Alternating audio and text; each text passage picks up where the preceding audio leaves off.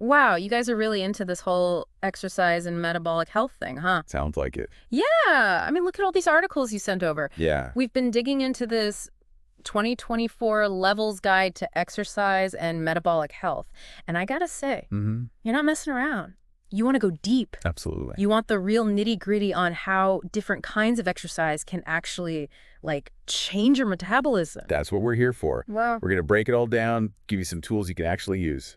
all right, so before we get into the specifics, Yeah. I think it might help to just, like, level set for a second. Okay. When we say metabolic health, what are we even talking about? What is metabolism? It's a word that gets thrown around a lot, Yeah, and it can be kind of a mystery. totally. But basically, it's all the chemical processes happening inside your body. Okay. It's how you turn food into energy.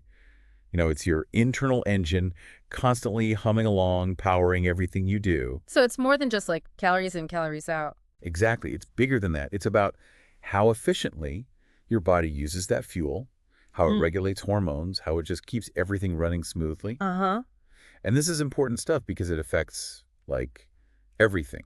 Your energy levels, your mood, even your risk of chronic diseases, heart disease, diabetes, all that. Right, the big picture stuff. So this guide talks about 5 key markers of metabolic health. Okay. Triglycerides, HDL cholesterol, waist circumference, blood pressure, and fasting blood sugar. Mm-hmm.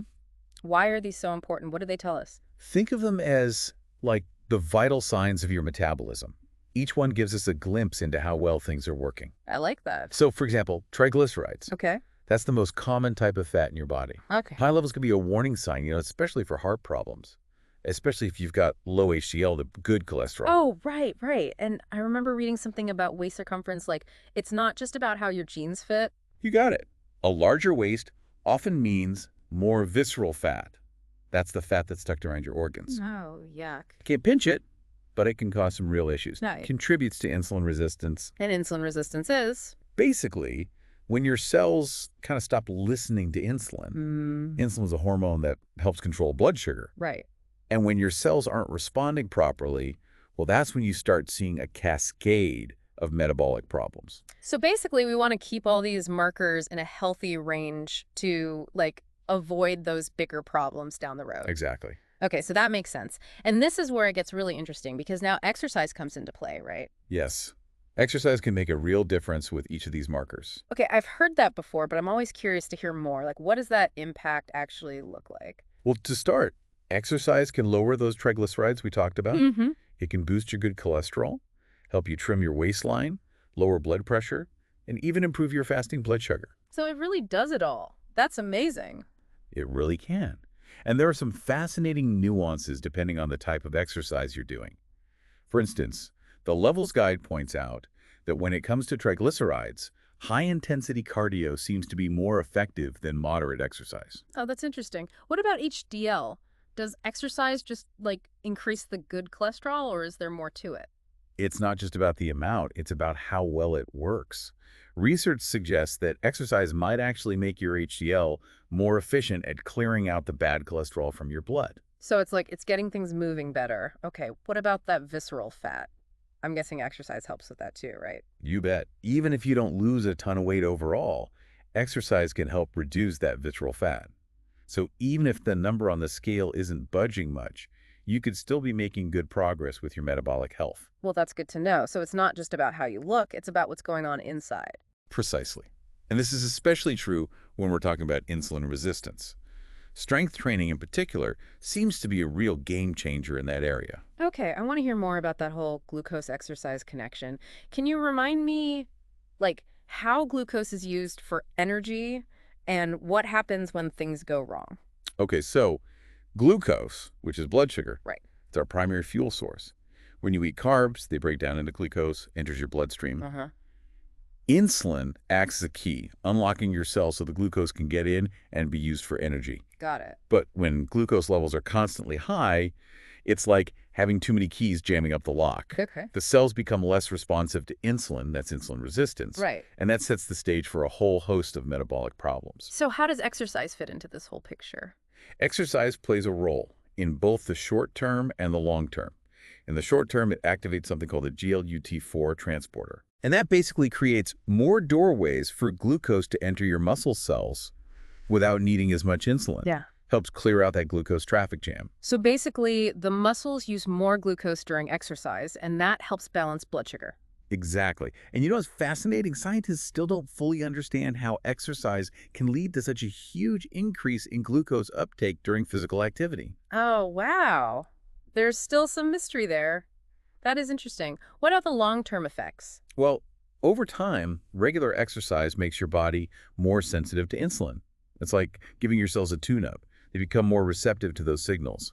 This means less glucose hanging out in your bloodstream, lowering your risk of insulin resistance and all those related health issues. So it's kind of like a training effect for your cells. Yeah, exactly. So this levels guide, it also talks about exercise timing. Does it really matter when you work out? It can. They specifically mention fasted exercise and post-meal walks. Okay, so we know exercise helps regulate glucose, but are you saying when you exercise can actually make a difference? It seems so. Fasted exercise, meaning working out before you've eaten anything, like that early morning run, Right. has been shown to have some benefits, especially for improving HDL cholesterol and possibly boosting insulin sensitivity over time.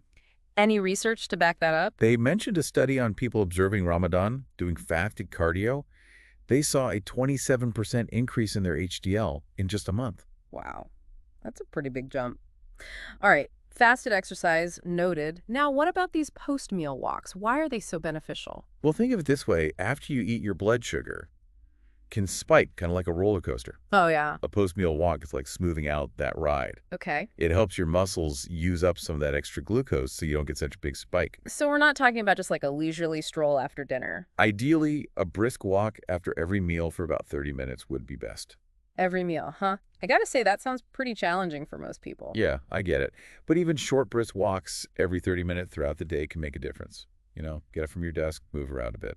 Right. Okay, set a timer, get those steps in. Simple but effective.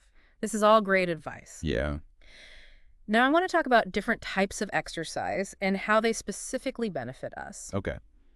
This levels guide, it talks about zone 2 cardio strength training and HIIT. Let's dive into those. Yeah. Zone 2 cardio is all about finding that sweet spot, where you can hold a conversation, but you're definitely working. So like a brisk walk or a light jog, something like that. Exactly. It's not about going all out. It's more about keeping a moderate effort for a longer time. Okay, and what makes that so good for metabolic health? Why not just push ourselves to the max every time?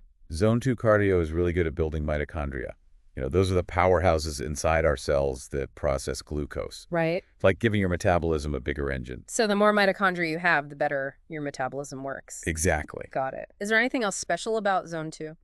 Well, research suggests that the longer you train in that zone 2, the more mitochondria you build. Yeah. So those longer, steady workouts really pay off in the long run. So consistency is key. Yeah. All right, let's move on to strength training. I know it's good for building muscle, but what's the connection to metabolic health? It goes way beyond just how you look. Strength training is a big player in reducing insulin resistance. Okay. Plus, it releases these things called myokines. Myokines. That sounds intense. They're pretty amazing. They're like these tiny proteins that act as messengers, Okay. communicating with different parts of your body and having a positive effect on your metabolism. What kind of effects are we talking about? Well, for example, some myokines can actually turn that bad white fat into a more metabolically active brown fat. Really? Yeah, and that brown fat actually burns calories to make heat. Wait, hold on. So strength training can help me turn my fat into a calorie-burning furnace? Now I'm really interested. That's pretty cool, right? Yeah. By increasing that brown fat, strength training helps you burn more calories even when you're just resting. Okay, so strength training builds muscle and then boosts metabolism even when we're not working at a win-win. Exactly. All right, let's talk about HIIT, high-intensity interval training. Seems like everyone's doing it these days. What does the levels guide say about its impact on metabolism?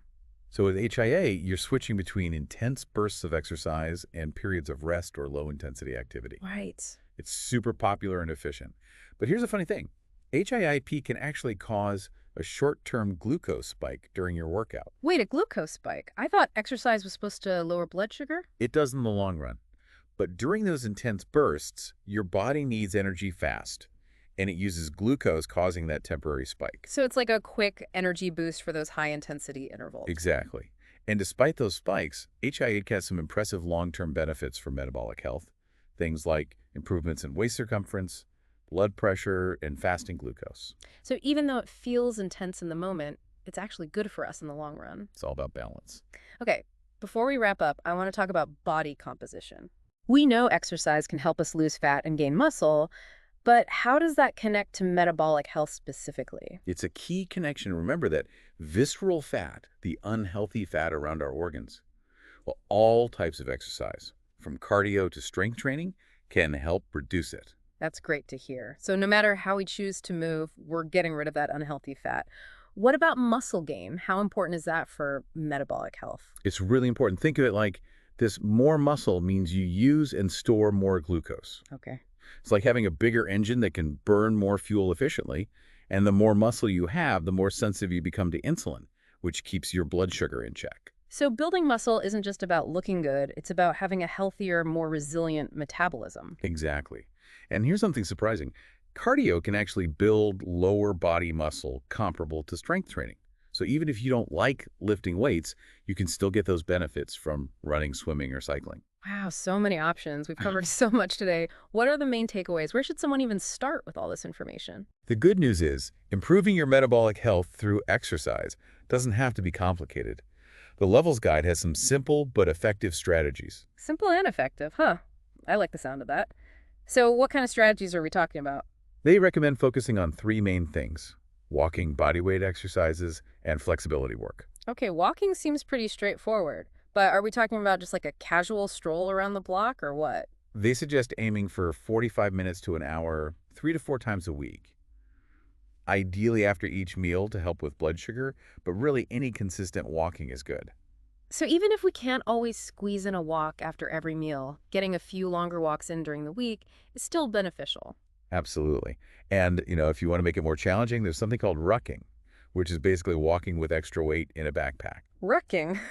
That sounds pretty intense, but I guess if it works. Okay, what about body weight exercises? What are some examples and how often should we be doing those?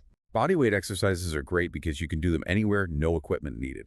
Things like squats, lunges, push-ups, planks, those are all good ones. The Levels Guide recommends doing some kind of bodyweight strength training 3 to 4 times a week, aiming for about 30 minutes each time. Okay, that seems doable. Any tips for getting the most out of those workouts? Yeah, definitely. They suggest including single leg exercises like lunges. It challenges your balance and works those stabilizing muscles that we often forget about. Good tip. Okay, last but not least, flexibility work.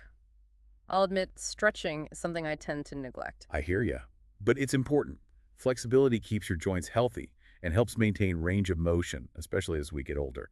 And the guide makes a good point. You literally use it or lose it when it comes to flexibility. Okay, so how much stretching is enough? What do they recommend? They say to include some kind of flexibility or mobility exercise at least once a week. Could be anything from stretching at home to taking a yoga class. So walking, bodyweight exercises, and flexibility, those are the foundations of a good exercise routine for metabolic health. Doesn't sound too bad, actually. It really doesn't. Yeah. And the most important thing is finding something you can stick with. Find activities you enjoy and make them a regular part of your life. So exercise isn't just another chore. It's actually a powerful way to take charge of our metabolic health. And it doesn't have to be complicated. It's amazing. The more we learn about exercise, the more we realize how connected it is to our overall well-being. It's really a key to better health. We've talked a lot about the how-tos of exercise, but I think there's something else to consider too, right? Like the mental aspect. How can we change our thinking so that we actually enjoy exercise instead of seeing it as a burden? That's something to think about as you start working on your own metabolic health. Thanks for joining us for this deep dive.